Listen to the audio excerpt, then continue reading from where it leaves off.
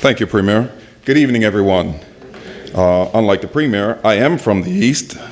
I don't have on blue and blue, but I am blue and blue, through and through. So we got to do something about this coming cup match for sure.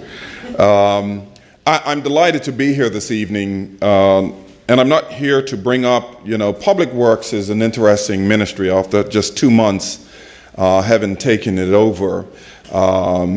I was inundated with, and still to this day, 300 to 400 emails a day of concerns that you do have about the island itself.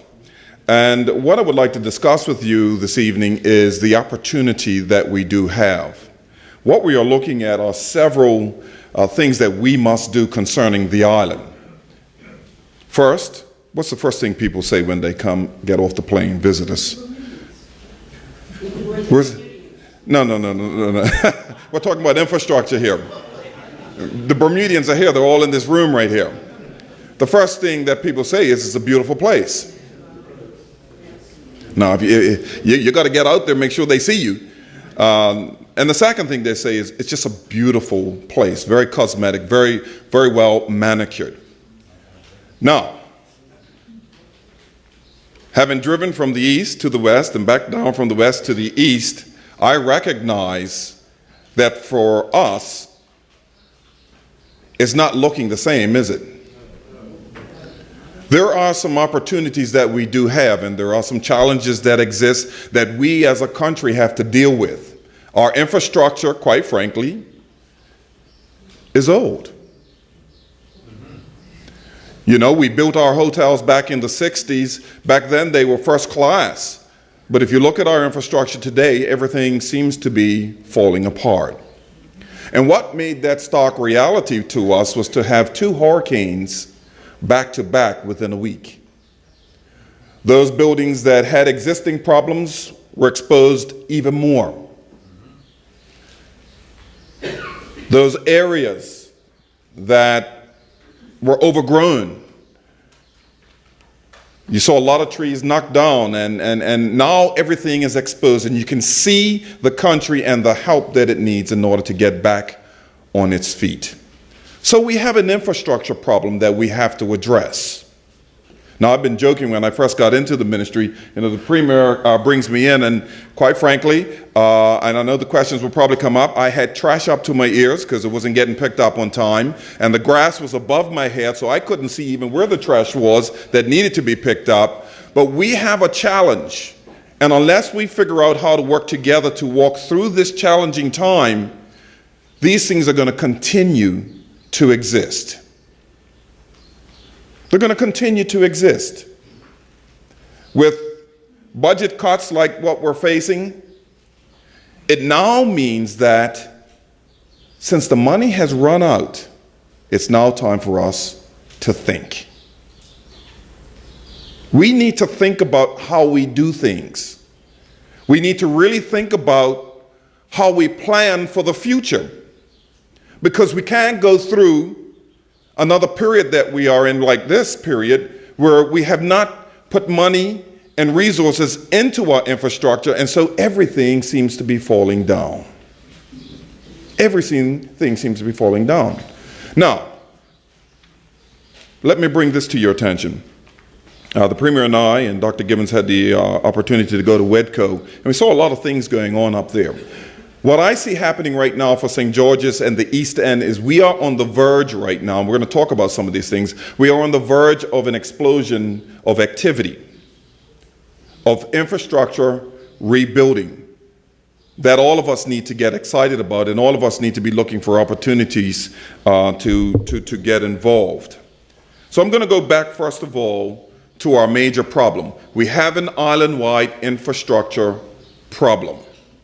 And so what I am doing after just 2 months is now I'm sitting down with the engineers, and we're looking at how do we now move water, clean water, potable water, throughout the island, not just for St. George's or for Baylor's Bay or for Southampton. One of the challenges we have is that we've been working in silos.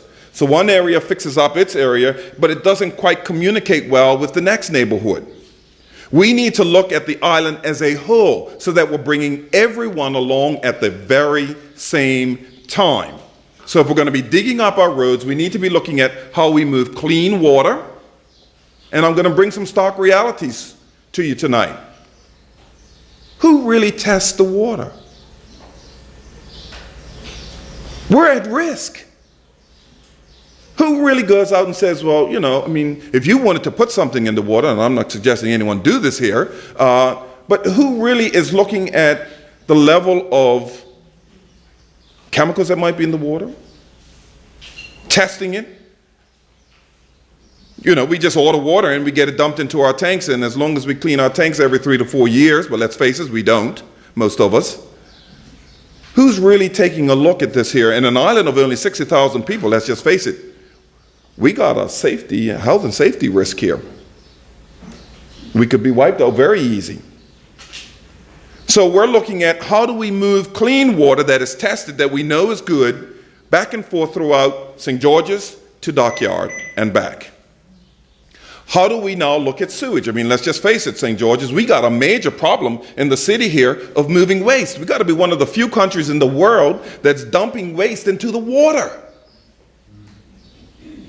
And then all of us act surprised when we see grease balls. Well, we need to fix this. This is a serious infrastructure problem.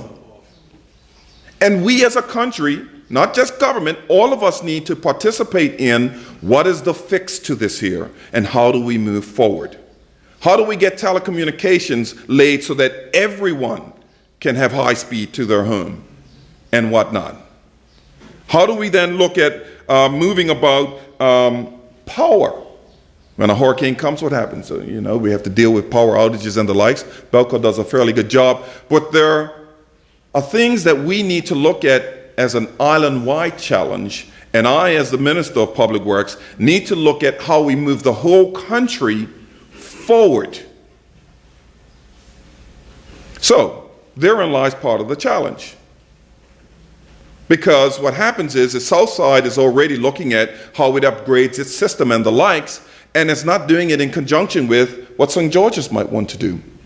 And so we're having those discussions now so that all of us are talking about how do we handle water and sewage and the likes. I mean, I was just down on Water Street the other day and a pipe burst in the middle of the night and water just flooded the whole area. You guys saw it. And they worked all day to try and figure out where the problem was to fix it. So if we have the ability to be able to put in a sewage plant per se that can accommodate easily, I mean, Redco has a plant that can put out just about 1 million gallons of water. It's receiving sewage in, it's cleaning it, and it's sending water back out. And it's covering a large area and can cover an even larger area. We need to look at these things and sit down and say, listen, now is the time that we invest in this infrastructure, moving us all forward.